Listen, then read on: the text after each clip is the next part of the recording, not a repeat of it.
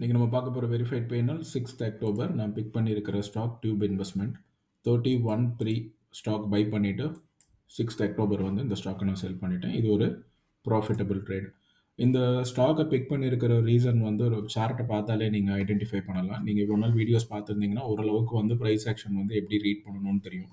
நான் எப்பயுமே ஒரு சார்ட்டை பார்க்கும்போது ரொம்ப சிம்பிளாக அதனோட ஸ்விங் ஹை வந்து நோட் பண்ணிடுவேன். இப்போ இந்த ஸ்டாக்கில் இது ஒரு ஸ்விங் ஹை, இது ஸ்விங் லோ, இந்த இடத்துல ஒரு ஸ்விங் ஹை ஃபார்ம் ஆயிருக்கு, இது ஸ்விங் லோன்னு சொல்லுவேன்.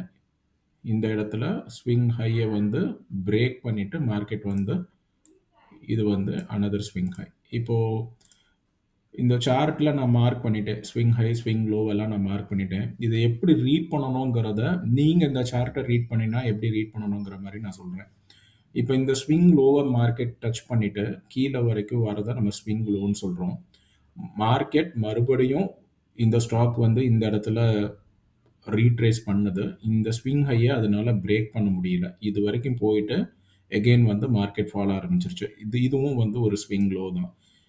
தேர்ட் டைம் நீங்கள் பார்க்குறீங்க, இந்த இடத்த டச் பண்ணினோன்னா நல்ல ஒரு பிரேக் கொடுத்து இந்த ஸ்விங் ஹையை அது ப்ரீச் பண்ணிட்டு அனதர் ஸ்விங் ஹையை வந்து மார்க்கெட் வச்சிருது. ஸோ மார்க்கெட் இந்த இடத்துலேருந்து ஸ்டாக் இது வரைக்கும் கீழே விழுந்துருச்சு.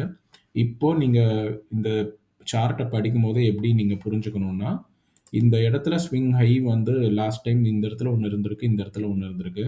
ஃபர்ஸ்ட் டைம் பிரேக் ஆனனால மறுபடியும் அதை ஸ்விங் ஹையை தான் வந்து ரீடெஸ்ட் பண்ண வரும். ஸோ என்னோட அசம்ஷன் வந்து இந்த இடத்துல ஸ்விங் ஹையை வந்து ரீடெஸ்ட் பண்ண போது இதை ஒரு சப்போர்ட்டாக அது எடுத்துக்கும். இங்கேருந்து மார்க்கெட் வந்து இப்படி ரிவர்ஸ் ஆகுங்கிறது என்னோட அசம்ஷன்.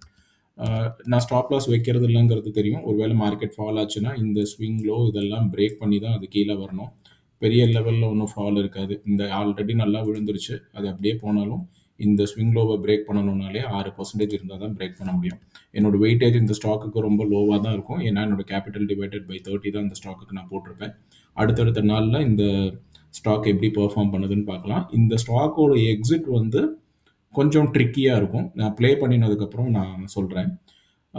6 டேக்கு வந்து நான் ரீப்ளே பண்ணிடுறேன். இது டே 1. இந்த ஓப்பன் ப்ரைஸில் நம்ம வாங்குகிறோம். நான் வாங்கின நேரத்துலேருந்து மார்க்கெட் கீழே இறங்கிடுச்சு. நெக்ஸ்ட் டே நான் ஆவரேஜ் பண்ணுறதுக்காக வேண்டி வாங்குகிறேன்.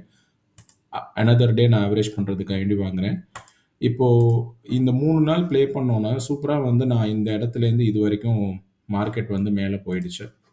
இங்கே இந்த இடத்துலேருந்து இது வரைக்கும் போனது கிட்டத்தட்ட ஒரு 3%. நான் என்ன பண்ணியிருந்திருக்கணும், இந்த இடத்துல வந்து ஸ்டாக்கை வந்து நான் செல் பண்ணியிருக்கணும்.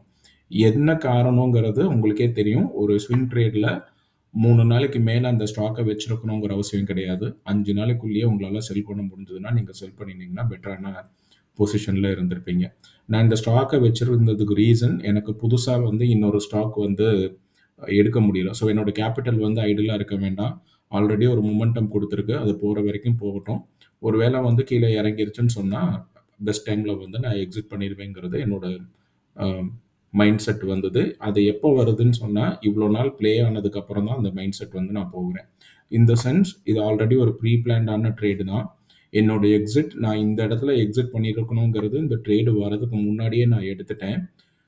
யூஸ்வலாக என்ன ஆகும்னா ஸ்டாக் வந்து ஃபுல்லாக இருக்கும். அதாவது என்னோட போர்ட்ஃபோலியோ வந்து ஃபுல்லாக இருக்கும். என்னால் அனதர் ஸ்டாக்கை வந்து எடுக்க முடியாதுங்கிறனால நான் எக்ஸிட் பண்ணிடுவேன். ஸோ இந்த இடத்துக்கு வரும்போது நான் ஆல்ரெடி நிறைய ஸ்டாக் விற்றனால 30 ஸ்டாக்குக்கு உண்டான போர்ட்ஃபோலியோ வந்து இப்போ 20 அது மாதிரி தான் என்னோட ஹோல்டிங் இருந்திருக்கலாம்.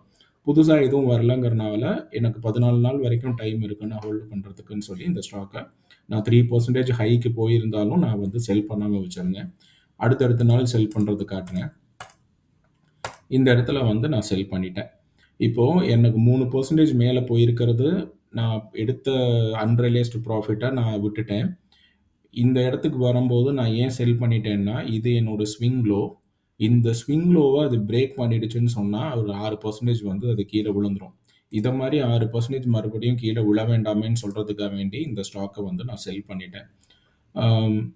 இந்த ஸ்டாக்கை ஹோல்டு பண்ணி வச்சுருந்தா வேறு மாதிரி போகும். அதாவது இந்த 12B பஸ்ஸு சினாரியோ தான். பஸ்ஸை பிடிச்சா உங்கள் வாழ்க்கை எப்படி இருக்கும், பஸ்ஸை பிடிக்கலன்னா உங்கள் வாழ்க்கை எப்படி இருக்குங்கிற மாதிரி தான் நீங்கள் இந்த இடத்துல மார்க்கெட் பார்க்கணும். ஸோ இதெல்லாம் வந்து ஒவ்வொரு சினாரியோ. நீங்கள் ஒரு ப்ரைஸ் ஆக்ஷன் பேஸ்டு ட்ரேடிங் போனீங்கன்னா ஆல்ரெடி உங்களோட மைண்ட் செட் பண்ணிவிடுங்க. செட் பண்ணின மைண்ட்லேருந்து நீங்கள் வெளியே வராமல் இருக்கணும். அப்படி நீங்கள் வெளியே வந்தீங்கன்னா அதுக்கு ஒரு ஒரு சாலிடான ரீசன் இருக்கணும். நான் எல்லாமே வந்து ஒரு ரீசன் இல்லாம பண்றது கிடையாது. எல்லாத்துக்கும் ஒரு ரீசன் இருக்கும். சம்டைம்ஸ் அந்த ரீசன் வந்து நமக்கு வொர்க் அவுட் ஆகலாம்.